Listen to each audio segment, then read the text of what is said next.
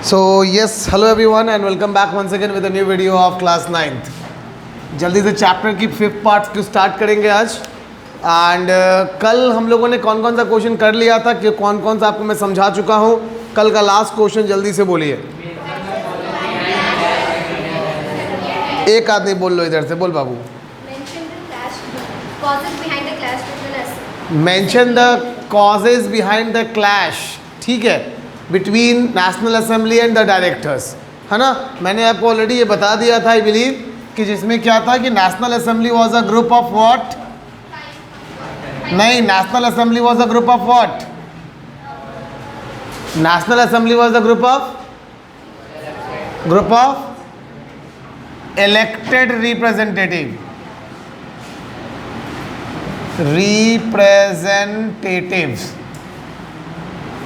है ना. While directors कौन थे? डायरेक्टर्स कौन थे? They are the executives. They are the basically the executives of 5 people in a group. 5 लोगों का एक ग्रुप हुआ करता था और इस 5 लोगों के ग्रुप में यानी कि जो एग्जीक्यूटिव है ना, उसमें इनके पास क्या था? वीटो पावर था. So they are having veto power. So this is what exactly overall phenomena. ठीक है बच्चे, क्लियर है बात. अब यहां से हम लोग को आगे शुरू करना है आज पार्ट नंबर 5 में. देखो part number 5 is all about womens. अच्छा part number 4, okay. Part 4 is all about women. Women means, अब देखो वुमेन वाला टॉपिक जब शुरू करना है ना, सो बेसिकली सबसे पहले हमको एक बात याद रखना. आपको एक क्वेश्चन बहुत फेमस आता है हमेशा से, हु आर या हु वर फेमिनिस्ट.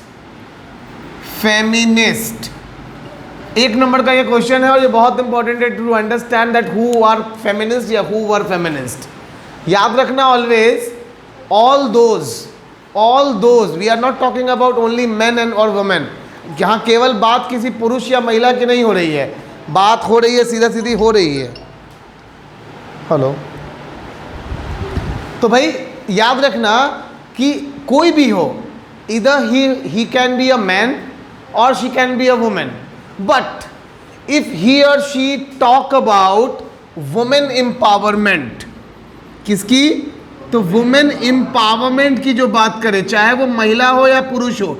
अगर कोई पुरुष भी महिलाओं के हक की बात करता है, गर्ल एम्पावरमेंट की बात करे, वुमेन एम्पावरमेंट की बात करे, पोजीशनिंग की बात करे, we will call him a feminist. अगर कोई महिला भी महिला की बात करे, we are not talking about transgendership या कि यानी कि इसको उसकी बात करनी चाहिए, नहीं, महिला की बात ही कहने. तो one who talk about women empowerment, you can say something for women, they all call feminist. सबको feminist बोला जाएगा. तो ये जो पूरा पार्ट 4 है ना, that is all about the feminist ideology. ठीक है. इस पार्ट 4 में क्या क्या चीजें हैं? इस पार्ट 4 में आपको सबसे पहला जो क्वेश्चन मिलेगा वो लिखो जल्दी से कि mention the social condition. mention the social condition of mention the social condition of women in France. France के अंदर जो महिलाएं थी उनका सामाजिक कंडीशन कैसा था. अरे यार कितना फोन करोगे?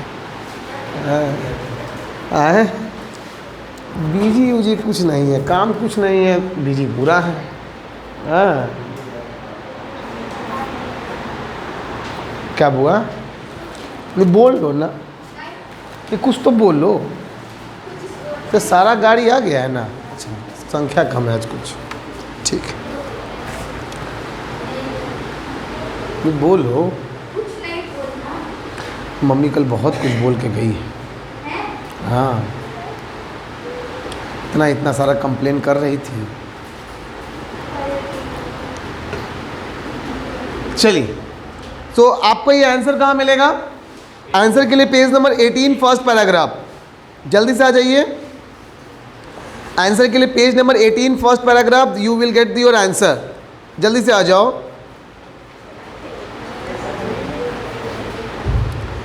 Okay, now you have to start from 4th number line. चौथा नंबर लाइन में एक छोटा सा देखो मोस्ट एक वर्ड है जो लास्ट में खिलखिला रहा है। Most women of the third east state had to work for a living.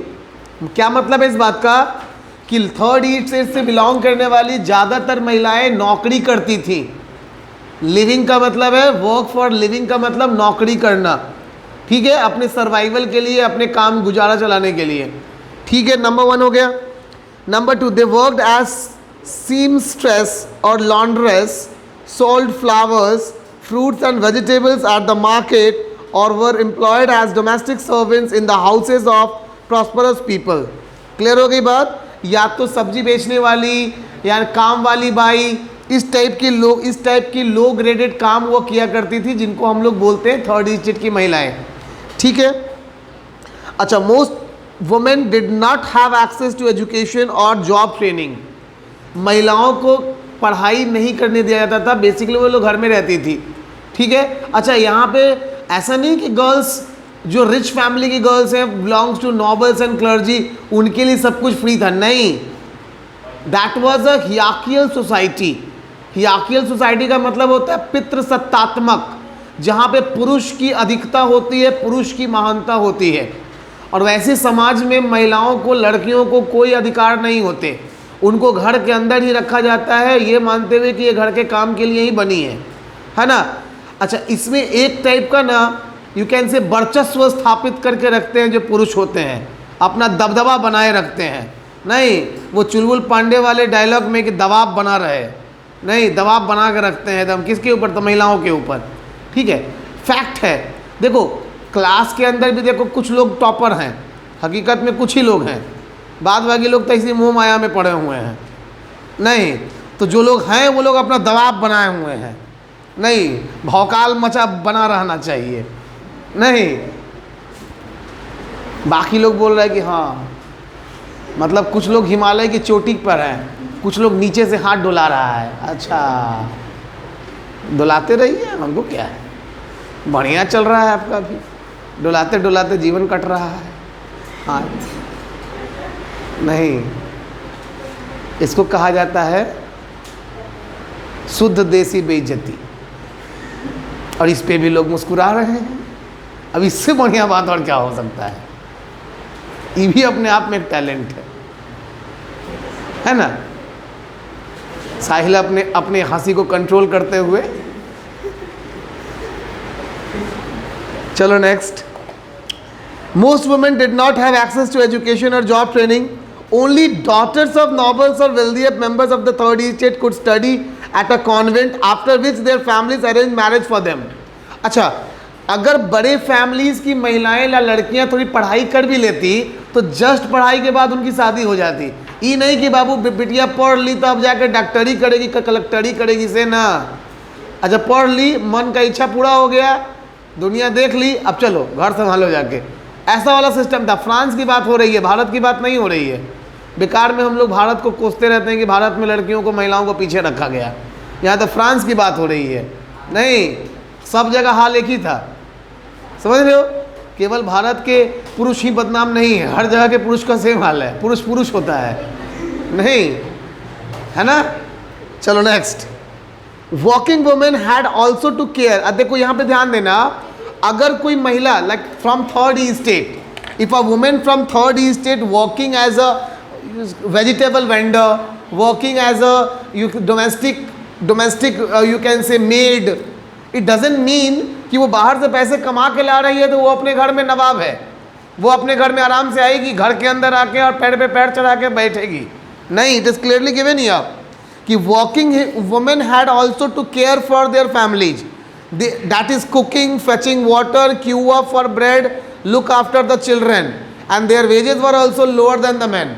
मतलब काम करके आने के बाद भी बाबू खाना उसी को बनाना है, बच्चे को उसी को संभालना है, पानी वानी भर के उसी को लाना है, रोटी वोटी उसी को पकाना है, मतलब सारा काम उसी को करना है। अच्छा, सोने पे सुहागा क्या था कि पेमेंट मेंस की पेमेंट से बिल्कुल आधी होती थी महिलाओं की, अगर एक मेंस को यानी कि अगर एक पुरुष को मिल रहा है 100 रुपया पर दिन का, तो महिला को 50 रुपया मिलेगा। मतलब काम में भी आधा पैसा और घर पे भी पूरा काम। नहीं, कुल मिला के कम खर्चा फुल चर्चा। नहीं बाबू, काम पूरा लेना पड़ता है, पूरा करना पड़ता है। नहीं, काम वाम आधा नहीं होता है, सब मुँह माया है, त्याग दीजिए। चलिए डन। देखो एक बात बताएं, हिस्ट्री ऑलवेज रिपीट्स इटसेल्फ। इतिहास जो है ना, संसार में देखा गया है कि जो जो दबा है उनको हमेशा फ्यूचर में मौका मिला है। जिसने संघर्ष सहा है, तकलीफ सहा है, नहीं, उसको फ्यूचर में सक्सेस मिलना ही मिलना है। वैसे ही देख लो, हम लोग कोसते हैं मनी मन, नहीं, रिजर्वेशन के नाम पे बैकवर्ड्स को, लेकिन आप देखो बैकवर्ड्स का ही टाइम आ रहा है। This upcoming time is for backwards only. Reason, हमारे पूर्वजों ने पिछले 10,000 20,000 सालों तक उनको गुलाम बना के रखा, उनसे काम करवाया, उनको बहुत बुरा ट्रीट किया। अब टाइम है उनका, अब आ रहा है टाइम, रिजर्वेशन मिल रहा है, वो एक कलेक्टर बनेंगे, वही डॉक्टर बनेंगे, वही इंजीनियर बनेंगे, फॉरवर्ड जाके उसके नीचे काम करेगा। बाबू पूर्वज राज की आपको तो भुगतना ही पड़ेगा। वैसे ही काम गर्ल्स के साथ भी है। पूर्वज बहुत दबाए लड़कियों को, महिलाओं को। अब देखो आपको रिजर्वेशन मिल रहा है, मेडिकल में रिजर्वेशन, इंजीनियरिंग में रिजर्वेशन, जॉब में रिजर्वेशन, बैंक में घुसते ही लड़कियां, महिलाएं महिलाएं, सब जगह महिलाएं। छा जाओ, खा जाओ नौकरियां। नहीं तो मौका मिलेगा, मारते रहो चौका। ट्रेनिंग लो सब लोग, कुछ नहीं तो कम से कम रोटी सब्जी बनाने आए। नहीं, दिन तो चलिए जाएगा, गुजारा तो कटिए जाएगा फ्यूचर में। नहीं, बढ़िया दहेज वहेज दे के शादी कर लेना किसी अच्छे पढ़ी लिखी, मतलब नौकरी वाली लड़की से, दहेज दे के ना, हाँ, उसके बाद रोटी वोटी बनाने आ जाएगा तो दिन गुजारा चल जाएगा। ये तो हो ही सकता है। हमको क्या जरूरत है? तो लड़के हैं से क्या मतलब है? हमारा सुबह से लेके शाम तक इतना आमदनी है कि हमको जरूरत कहाँ है बैठ के खाने का। वो नहीं होना एक अलग बात है, लेकिन हम बोल रहे हैं कि अगर पढ़ोगे नहीं, कुछ बनोगे नहीं, तो वही करना पड़ेगा लास्ट में।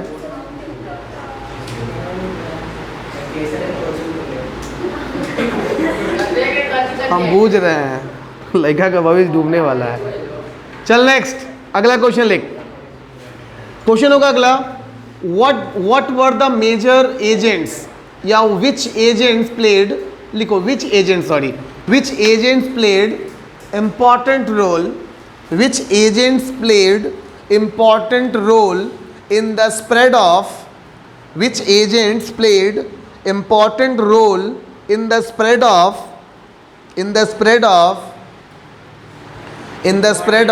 important role in the spread of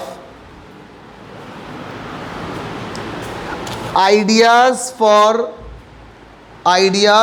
women, ideas for women।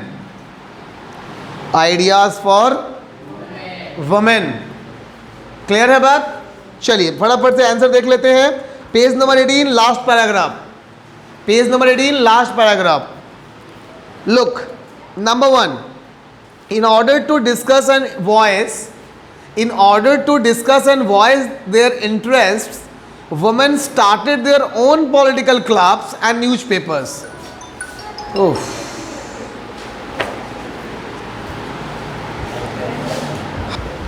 तो मैं क्या बता रहा था आपको, ध्यान से देखिएगा। पेज नंबर 18 पे पहला पॉइंट मिलेगा आपको, in order to discuss and voice their interest women started their own political clubs and newspapers. मतलब क्या हुआ कि देखो महिलाओं ने क्या किया, महिलाओं को जब ये लगने लगा फ्रांस में कि उनकी बात पुरुष तो कम से कम सुनने से रहे, and there are very few men, ऐसा नहीं कि सारे पुरुष नालायक थे, कुछ लोग लायक भी थे, तो जो लायक पुरुष थे उनकी संख्या बहुत कम थी, है ना। और याद रखना ऑलवेज कि जब भी कोई ऐसा पुरुष होता है ना, one who start talking something which is, you can से, just different from the society which is going on in the society, तो बाकी सभी लोग मिलकर उसको क्रिटिसाइज करते हैं, नहीं कि तुम्हारी सोच बहुत गलत है। क्योंकि लोगों का क्या है ना, मैक्सिमम लोग जो हैं वो सिस्टम को चेंज नहीं करना चाहते, they always want to maintain the same, जैसा चल रहा है वैसा चलने दो, ऐसा ही रहने दो, क्योंकि लोगों को अपने कंफर्ट की आदत है। नहीं, अगर आप इक्वल शेयर की बात करेंगे, इक्वालिटी की बात करेंगे, अगर आपको आज से कह दिया जाए कि भैया है ना, घर में आपको भी झाड़ू लगाना है, आपको भी सम काम करना है, आपको भी फलाना निकालना करना है, आपको ये हो गया, करना तो करो तो छोड़ दो, नहीं। तो यही प्रॉब्लम है, यहीं पे प्रॉब्लम है, जहाँ पे क्या है कि most of the mens are not ready to give the rights. तो महिलाओं ने खुद का अपने से अपना ग्रुप बनाया और अपनी पॉलिटिकल पार्टी शुरू की और अपने बारे में अपने ही न्यूज़पेपर में लिखती थी अपने कंडीशन को, ताकि वो दूसरे फ्रांस के दूसरे पार्ट्स के साथ रिलेट कर सके, दूसरे महिलाओं तक अपनी बात पहुंचा सके। ठीक है, चलो नेक्स्ट देखो। उसी में about 60 womens club came up in different French cities.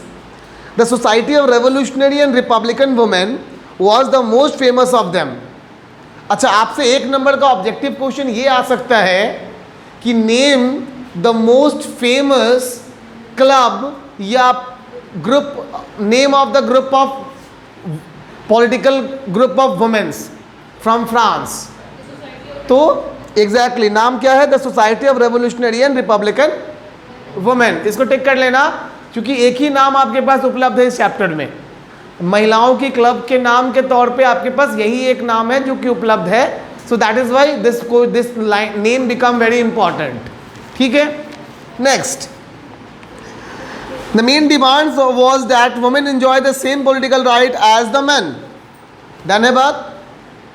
अच्छा, अगर आपसे कोई 1 नंबर का ये क्वेश्चन पूछे कि what was the major demand, what was the major demand of womens in France, क्या होगा? बोलो, राइट टू वोट। बोलिए, राइट टू वोट। याद रखना, right to vote is the major political demand by the women. ठीक है, चलो next. Okay, हम लोग चले आते हैं सेकेंड नेक्स्ट क्वेश्चन पे, page number 19, second paragraph. Okay,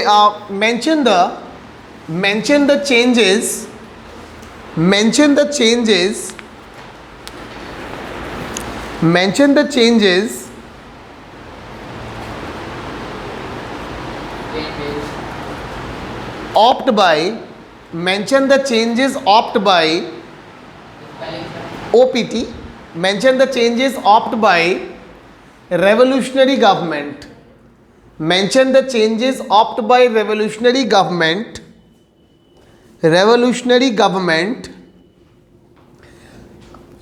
after the constitution of 1791, after the constitution of 1791। चलिए देखो, बहुत ध्यान से देखो क्वेश्चन का मतलब क्या है। क्वेश्चन का ये मतलब है कि 1791 में जब कॉन्स्टिट्यूशन आया ना, 1791 when constitution came up of France, girls जो थी, वुमेन्स जो थी, दे वर हाईली डिसअपॉइंटेड। उनको बहुत ज़्यादा इससे दुख हुआ इस कॉन्स्टिट्यूशन को देख के, क्योंकि उस कॉन्स्टिट्यूशन में महिलाओं को, गर्ल्स को कोई राइट्स नहीं दिए गए थे।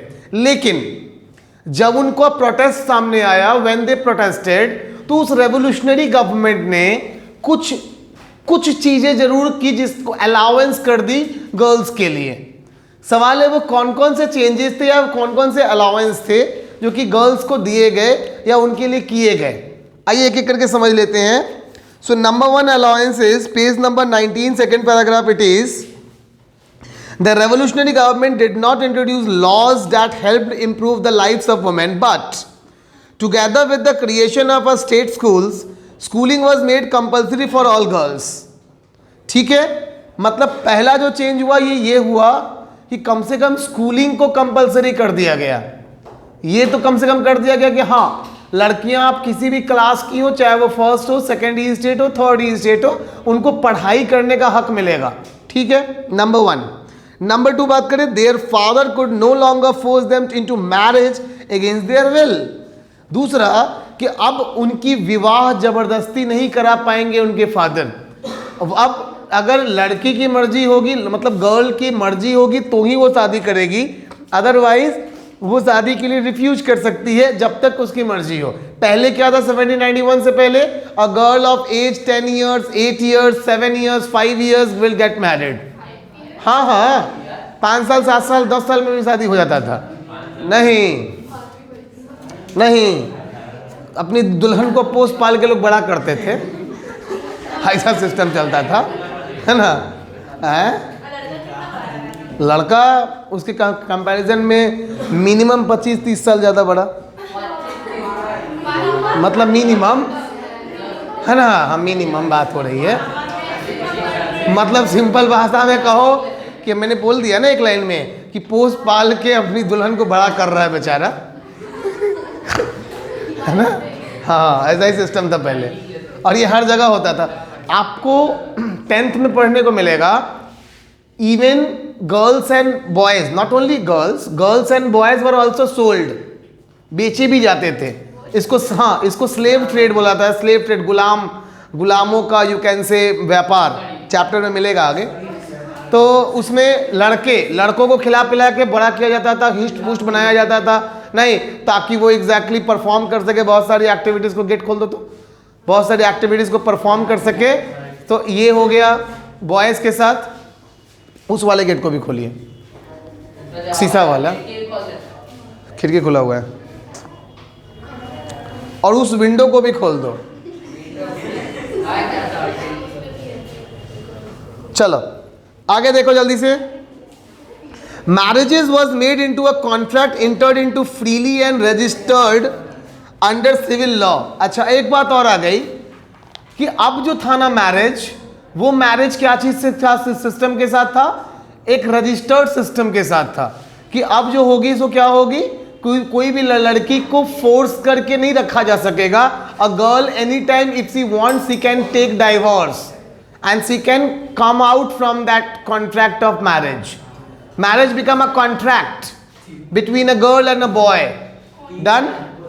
Next, divorce was made legal. मैंने पहले ही बता दिया, divorce को legal बना दिया गया। Could be applied by both women and men. अच्छा, अब divorce के लिए women भी apply कर सकती थी। पहले क्या था, it is only based on the men. Men को जब भी मन है छोड़ दी, है ना, छोड़ दिया। अब क्या है, a women can also get the power to leave a man if she want. ठीक है। Next, women could now train for jobs. अच्छा, अब महिलाओं को ट्रेनिंग दी जाने लगी जॉब्स की, and could become artist and run small businesses also, and now she can run their own business also. ये सारे चेंजेस हैं, ये सारे बदलाव हैं जो कि 1791 के बाद आए वुमेन्स के लिए। ठीक है, रेवोल्यूशनरी गवर्नमेंट के द्वारा किया गया। क्लियर है बात? आप मिनिमम 5 पॉइंट लिखेंगे इसका, इस पैराग्राफ से 5 पॉइंट आराम से बनेगा। ठीक है, चलो नेक्स्ट। ओके नेक्स्ट, चले आते हैं सीधा हम लोग पेज नंबर 19 का लास्ट पैराग्राफ में। देखोगे लास्ट में देख लो, आप लिख लो ये question, write a short note on Olympe Gouges. Write a short note on Olympe Gouges. Write a short note on Olympe de Gouges. The name is given there. और आपको इनके बारे में पूरा पैराग्राफ ऑलरेडी दिया हुआ है, कुछ इसमें छांटने छूटने की आवश्यकता तो है नहीं, देख लीजिए। देखो, पहली बात जो इम्पोर्टेंट है इसमें वो लिख लेना क्या, she protested against the constitution and declaration of rights of man and citizen as they excluded women from the basic rights that each human being was entitled to. क्या मतलब है इस बात का? बहुत सिंपल सा मतलब ये है कि the rights of men and women आपको पढ़ना था यहाँ पे पीछे में, ये वाला source C, the declaration of rights of man and citizen. इसका सबसे पहला पॉइंट क्या है, men are born and remain free and equal in rights. Men are born free. तो ओलंपी डी गॉजेस ने क्वेश्चन किया कि अगर ये लिखा है कि men are born free, so we women are bounded of someone, हम क्या गुलाम पैदा होते हैं? अगर कॉन्स्टिट्यूशन ये कह रहा है कि man are born free and remain the same, कि पुरुष आजाद जन्म लिया है और आजाद ही रहेगा, तो हम क्या गुलाम जन्म लिए हैं और हम क्या गुलाम ही रहेंगे? और अगर ऐसा है, और अगर समझो उनका ये क्वेश्चन क्या था, सुन लो, उनका ये क्वेश्चन था कि अगर ऐसा है तो फिर ये कॉन्स्टिट्यूशन इक्वल कॉन्स्टिट्यूशन कैसे हुआ? You are also doing the same, you are also, you can say dividing the society, जैसा कि नॉबल्स ने किया था, सोसाइटी को first estate, second estate, third estate में डिवाइड किया। अब आप क्या कर रहे हो? सोसाइटी को मेन और वुमेन में डिवाइड कर रहे हो, where men is suppose to be superior and womens are suppose to be inferior. आप में उनमें अंतर कहाँ है? क्लियर है बात? So this is what she asked, ठीक है, as a question, number 1। Number 2, in 1791 she wrote a declaration of rights of women and citizen. उन्होंने 1791 में अपना एक कॉन्स्टिट्यूशन लिखा, उसकी हम चर्चा पीछे आगे करेंगे। 1793 Olympe de Gouges criticise the Jacobins government for forcibly closing down womens club, और उन्होंने जैकोबिन्स क्लब यानी कि मैक्सिमिलियन रॉबस्पियर के अगेंस्ट भी मूवमेंट किया था, क्योंकि उन्होंने जबरदस्ती क्या किया था, यू कैन से कि क्लब्स को बंद करवाए थे महिलाओं के, ठीक है। नेक्स्ट, पीछे आ जाओ, अगला क्वेश्चन लिखो। सोर्स एफ की हम बात कर रहे हैं, we are talking about source F. Okay,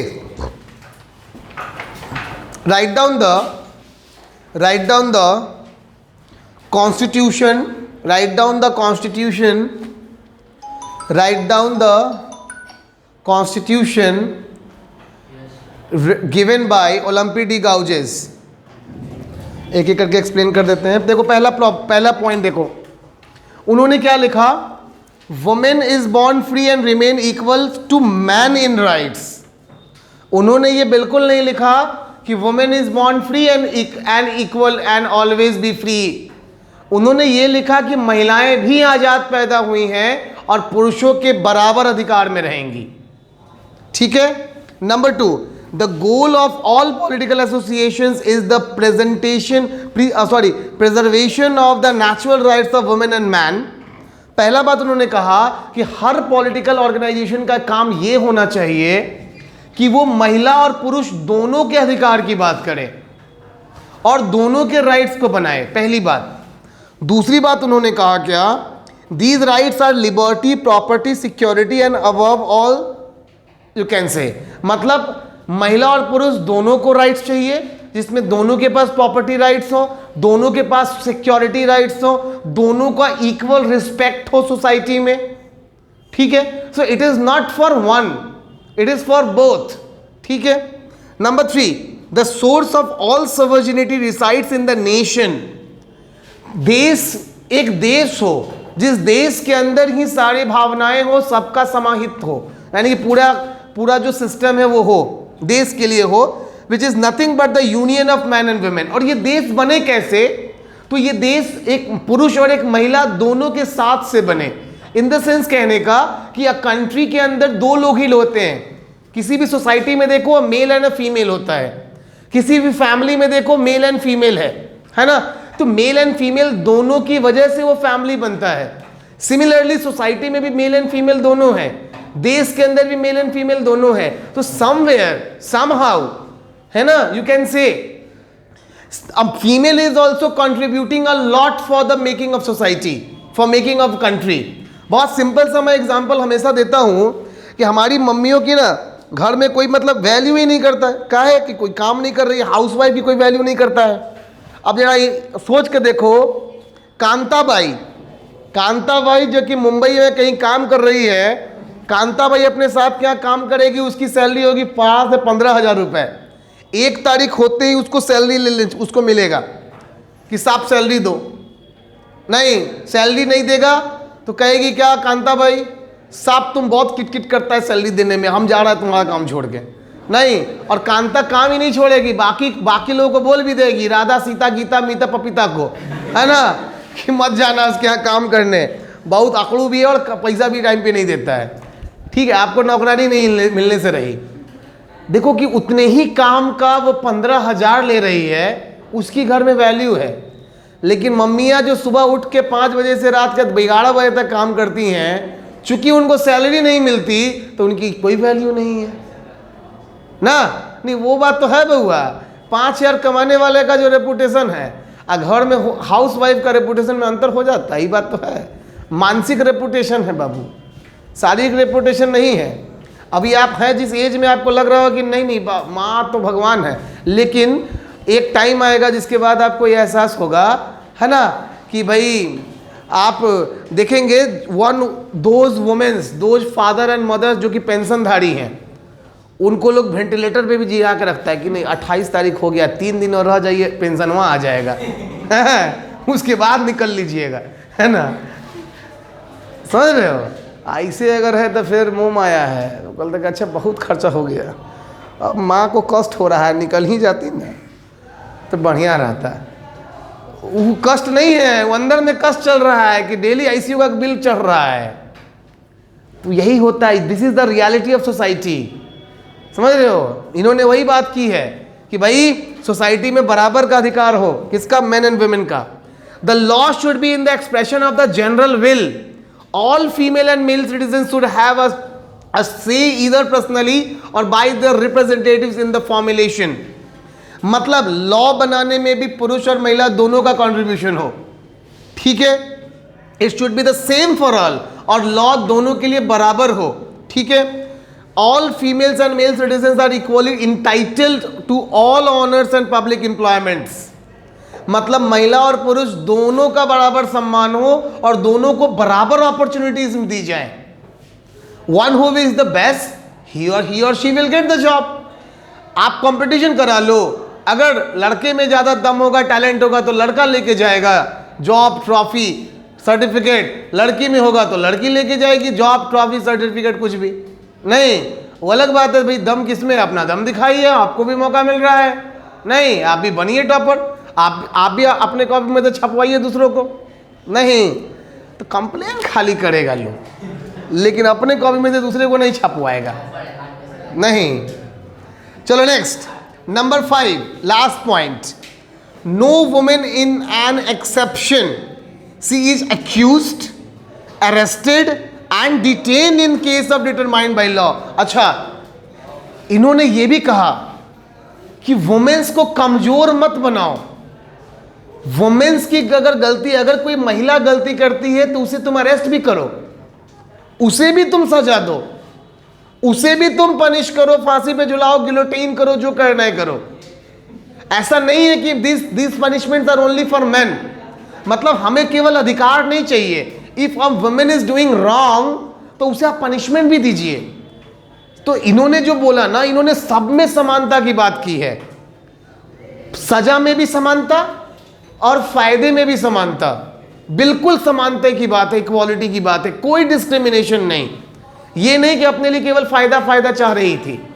धन्यवाद। चलो, आपका नेक्स्ट है number 5, that is the abolition of slavery. कुछ क्वेश्चंस लिखेंगे आप पहले।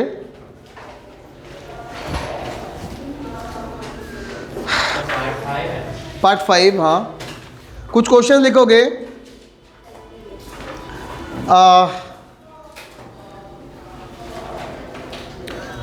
What was triangular slave trade? What was triangular slave trade? What was triangular slave trade? What was triangular slave trade? Trade, व्यापार। Triangular slave trade, व्यापार। Now, next question आप लिखेंगे, page number 21 का second paragraph में मिलेगा ऊपर में। Mention the difficulties faced by National Assembly. Mention the difficulties faced by National Assembly. Mention the difficulties faced by National Assembly. Mention the difficulties faced by National Assembly while removing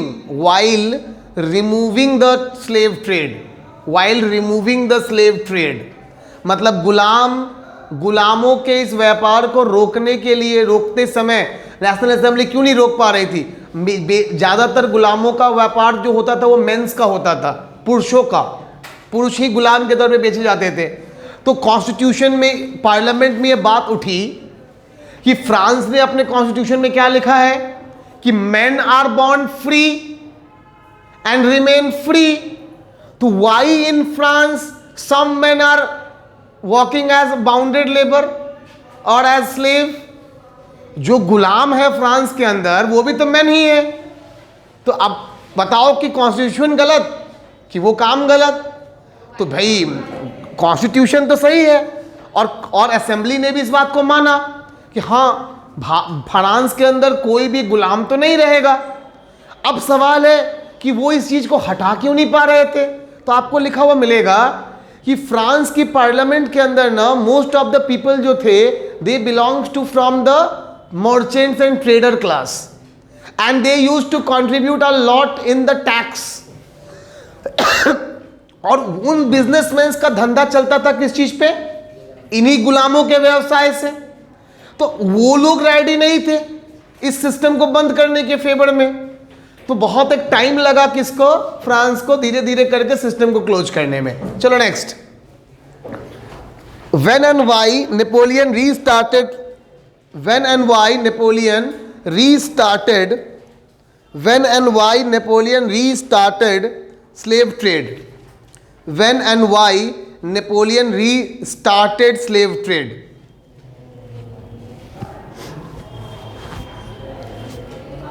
When and why Napoleon restarted slave trade?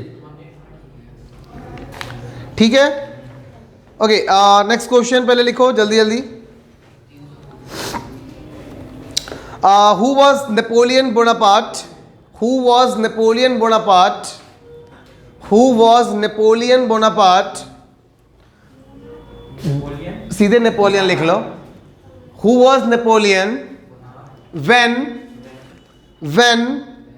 and how he get the throne of France? When and how he get the throne of France? When and how he get the throne of France? Done है बात? चलिए next and the last question for the chapter. लिखोगे right down the या mention the, हाँ next question, last question कुछ भी, mention the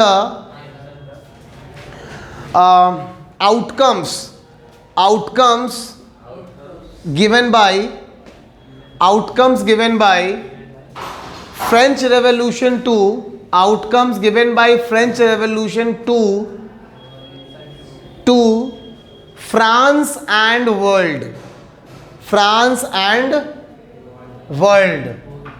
simple भाषा में मतलब ये है कि फ्रेंच रेवोल्यूशन ने फ्रांस को और पूरे वर्ल्ड को क्या सिखाया। ठीक है, जो क्वेश्चन ये 4-5 बच गए इसको हम लोग, आपको मैं भेज दूंगा टेलीग्राम पे, देख लेना एंड ज्योग्राफी लेके आना अगले दिन। इस चैप्टर को दोबारा रीड करके डाउट्स हो तो डाउट्स निकाल लेना। और हाँ, नेक्स्ट डे आप जब भी आएंगे आप अपनी हिस्ट्री की मतलब सोशल की कॉपी जमा करेंगे, मतलब शुक्रवार को, फ्राइडे मुझे सोशल की कॉपी चाहिए चेक करने के लिए। फेयर कॉपी चेक चाहिए मुझे, पूरा कंप्लीट चाहिए और चेक करेंगे हम फ्राइडे को ये चैप्टर का पूरा। ठीक है, तो यही से दिखाओगे और क्या।